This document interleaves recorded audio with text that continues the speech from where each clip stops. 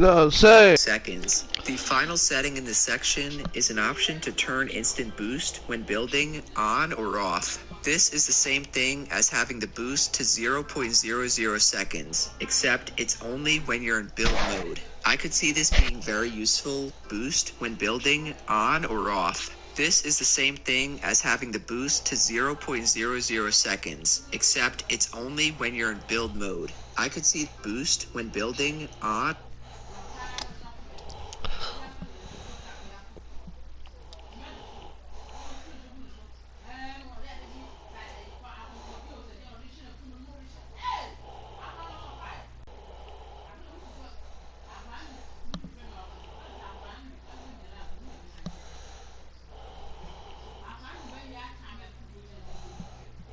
or off. This is the same thing as having the boost to 0.00 seconds, except it's only when you're in build mode. I could see this being very useful because you can have your normal look sensitivity set to a 0.2 second or 0.5 second ramp time, but as soon as you switch to build mode, there's no delay because the ramp time is now 0.00. With this setting off, however, your turning boost ramp time while building will be the same as your regular look one.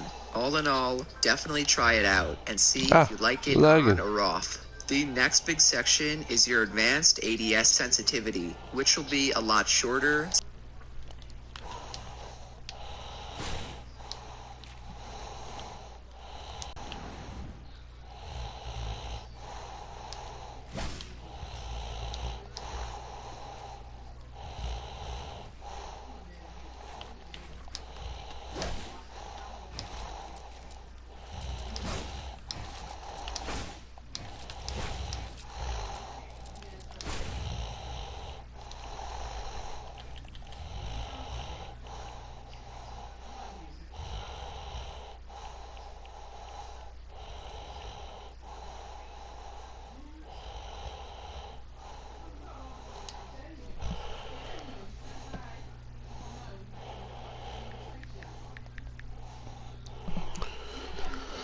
Crosshair will move right to left while ADS applied to when you're aiming down sight. Right off the bat, ADS look horizontal speed is simply how fast your crosshair will move right to left while ADSing. This is not a multiplier or percentage of your normal look sensitivity. It's completely separate. ADS look vertical speed is how fast your crosshair will move up or down while ADSing. Nothing new or game-changing here. Next, ADS turning horizontal boost is the same boost you get while you're holding your joystick all the way down to one side, but this time it's for when you're aiming down sight. Say I have this on 100%. Then my ADS sense will double when I lock my joystick to one side. When I have it on 0%, then my ADS will be the same even when my joystick is locked to one side. I can see this being useful if you have an opponent to the side of you while you're aimed in. With an ADS horizontal boost, you can just hold your joystick over and get that extra acceleration. Compare that to what you'd normally do by aiming out, repositioning yourself, and aiming in again.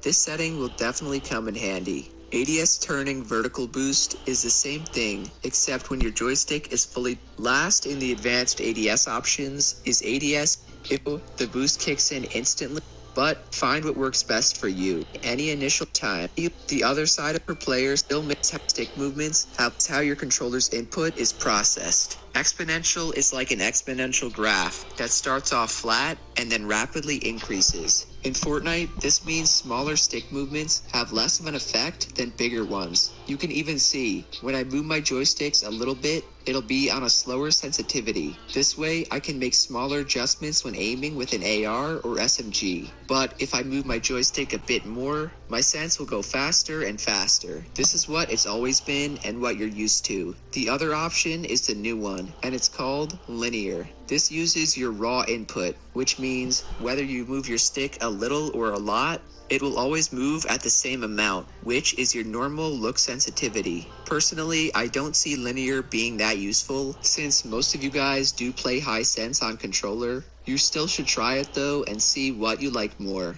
Aim assist strength is pretty self-explanatory. You always want this on 100%, and Fortnite even says they do not recommend you to lower it. use legacy look controls you have off, but you can turn it on, and what this does is it allows you to use the old aim assist, and you can use your old settings on the other page. So remember how these were grayed out? Since you're using the legacy look controls, they're no longer grayed out, and you can change them and use them however you want. Finally, copy from basic settings copies the defaults for the two grayed out basic settings at the top of this page. It takes those and fills it in with all these advanced options. And then copy from legacy settings copies your settings from the tab over like I just showed before.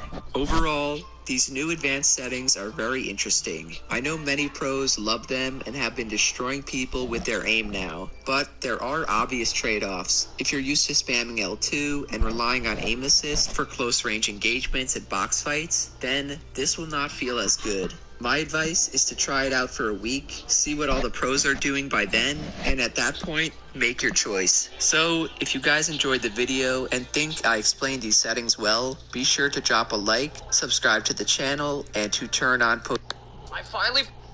They have to decide that all of my settings, except I'm keeping my ADS sends, that is all going to be exactly what it is. And it's right here. This is what we decided in the last video.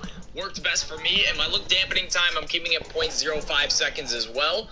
But the first decision when getting your sensitivity right is you have to choose either linear, exponential, or legacy. You have to decide that before you go anywhere else, because that decision alone is going to really make a difference in these next coming decisions on what you're going to do with your sends. So for me, I choose linear, but we'll get into video. So first off with linear, once you have that chosen, the next step is choosing your move, stick, dead zone, and your look, stick, dead zone. In my opinion, the 24% to 27%, that's really way too high. Your dead zone should be as low as you possibly can get them without experiencing stick drift. And what stick drift is basically when your character in the game moves without you touching your stick. So you want it to be, your dead zone ideally is the second you touch your stick to the left or you touch your stick to the right, whatever it may be, your character moves with that movement. If you feel like you're moving to the left time or you're moving to the left without even touching your stick, you have your dead command is just moving around like you normally would. When you start off, like right now, my sensitivity is super, super low. So of course it's not going to feel exactly right how you want it, but this is the best way to start getting a feel on if your dead zone's right, or maybe like right now, I'm not touching my controller and my guy was just moving. So that tells me right away that I need to raise my move stick dead zone. I'm going to move it up to around 10% because right there, like my guy was moving without me touching my controller. That's a pretty good sign. And I'm going to move my look stick up to like 6%. You want your look stick typically to be less than your move stick because there's going to be many times where you're trying to be very, very precise and not move too much around, but you're going to want, especially if you're on linear or even on exponential and legacy, you want to be able to move and flick your shots and move your edits very quickly, which is why you want that look stick to be lower. It honestly feels better, and 10% and 6% are the ones that I actually do use on my main account. Yeah, we're good there on dead zone. I recommend just keep tweaking it like that. If you get that, what I just had, where you're moving and you didn't even touch your controller, you definitely need to raise your dead zones, and I wouldn't go too much higher than like 15% though on either stick. So now this brings us to your build mode and your edit mode sensitivity. And by the way, the dead zone tips, those work for console and PC. I've been playing on both. The dead zones remain relatively the same. It just depends on your controller. So you guys might have different dead zones than me. It doesn't mean your settings are any better or any worse. But getting into build zone and edit mode sensitivity. What I recommend for this is something that I feel like a lot of people have been messing up. And I recommend starting with your edit mode sensitivity. But here's the trick. What you're going to want to do is, and what I think a lot of people mess up, is when you start getting wrong settings. Let's say you move your horizontal look to 42% and you move your vertical to like 41, and you're like, okay, well this is lower than my typical send, so I have to crank my edit sensitivity way up there. And you see how like fast this goes, but the problem here is this is the reason a lot of you guys miss shots after edits, because you just tweak your edit sensitivity and you just keep pushing it up and up and up. And so think about right away to try to find the perfect one. We're going to move our horizontal and our vertical speeds up to 100%. And we're going to move the boost down to 0 for now. We'll talk about boost a little bit more here in a second. but we're gonna have horizontal and vertical speeds at 100%. So now, obviously, this is going to feel way too fast here. Once you have your look on 100%, you're going to be able to keep hitting these edits. And if you feel like this is too quick for edits, which actually this does feel like pretty fast for me even, then let's say